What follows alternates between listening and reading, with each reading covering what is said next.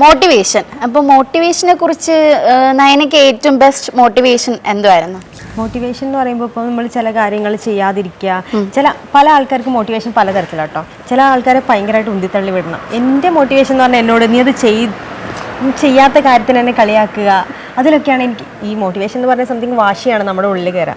എൻ്റെ വാശി എന്ന് പറഞ്ഞാൽ ആരെങ്കിലും എന്നെ കളിയാക്കുക, എന്നെ എന്താ പറയുക, എന്നെ എന്തെങ്കിലും മോശമായിട്ട് പറയുക, അല്ലെങ്കിൽ ഞാൻ അതൊന്നും ആയില്ലേ, ഒന്നും ഇതായില്ലേ എന്നൊക്കെ ചോദിക്കുന്ന ഒരു സാധനങ്ങളൊക്കെ എനിക്ക് ഭയങ്കര മോട്ടിവേറ്റഡ് ആവാറുണ്ട്. ഞാൻ എന്താ പറയുക, നമ്മൾ തെറ്റ് ചെയ്തു അല്ലെങ്കിൽ നമ്മൾ തെറ്റ് ചെയ്തിട്ടുണ്ടാവില്ല, അല്ലെങ്കിൽ നീ അതെന്താ വർക്ക് ചെയ്യാത്ത, അല്ലെങ്കിൽ അത് ശരിക്കും ഒരു കളിയാക്കൽ എന്ന് പറഞ്ഞ സാധനമല്ലേ, അല്ലെങ്കിൽ ആ ഒരു ഇൻസൾട്ടിങ് എന്ന് പറഞ്ഞ സാധനം എനിക്ക് ഭയങ്കര ഞാൻ മോട്ടിവേറ്റഡ് ആവാറുണ്ട് ചില സമയത്തൊക്കെ. മെന്റൽ ഹെൽത്ത് എങ്ങനെയാണ് മാനേജ് ചെയ്യുന്നത്? ഷൂട്ടിന്റെ സമയത്ത് ഇപ്പം രാവിലെ പോവുക, രാത്രി വരിക, അത് ഭയങ്കര ബുദ്ധിമുട്ടുള്ളൊരു കാര്യമാണ്. അപ്പോൾ ഈ സമയത്ത് നമ്മൾ കുറേ ആൾക്കാരോട് സംസാരിക്കും.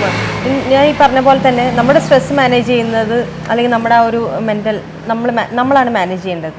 നമ്മൾ കുറേ ആവശ്യമില്ലാതെ എന്താ പറയുക ഇൻപുട്സ് ഉണ്ടാക്കാതിരിക്കുക, ഇൻടേക്ക് ഉണ്ടാക്കാതിരിക്കുക.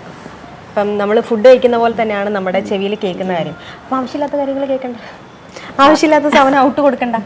അതാ ഇൻ ആൻഡ് ടേക്ക് എന്ത് വേണം എന്നുള്ളത് നമ്മൾ മാനേജ് ചെയ്യുക. എന്താ പറയുക, സ്ട്രെസ് നമുക്ക് കൂടുതലായിട്ടും ഇപ്പം നമ്മളുടെ സ്വന്തമായിട്ടുള്ള കാര്യമാണ്. നമ്മളതിനെ മെഡിറ്റേറ്റ് ചെയ്യുക, നമ്മൾ നല്ല നല്ല പാട്ടുകൾ കേൾക്കുക, നമ്മളതിനെ ബാലൻസ് ചെയ്തുകൊണ്ട് പോകുക. അതാണ് നമ്മുടെ സെൽഫായിട്ടുള്ള കാര്യങ്ങൾ. ഇപ്പോൾ നീ അത് പറഞ്ഞില്ലേ, അത് ബാലൻസ്ഡ് ആണ്. ഇപ്പോൾ എൻ്റെ ബാലൻസ്ഡ് എനിക്ക് ഒരു കുഴപ്പമില്ല, എൻ്റെ ബാലൻസ്ഡ്.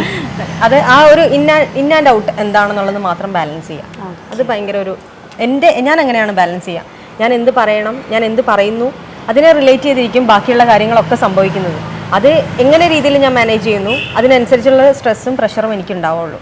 അപ്പോൾ അത് ഞാൻ എപ്പോഴും ബാലൻസ് ചെയ്യാറുണ്ട്.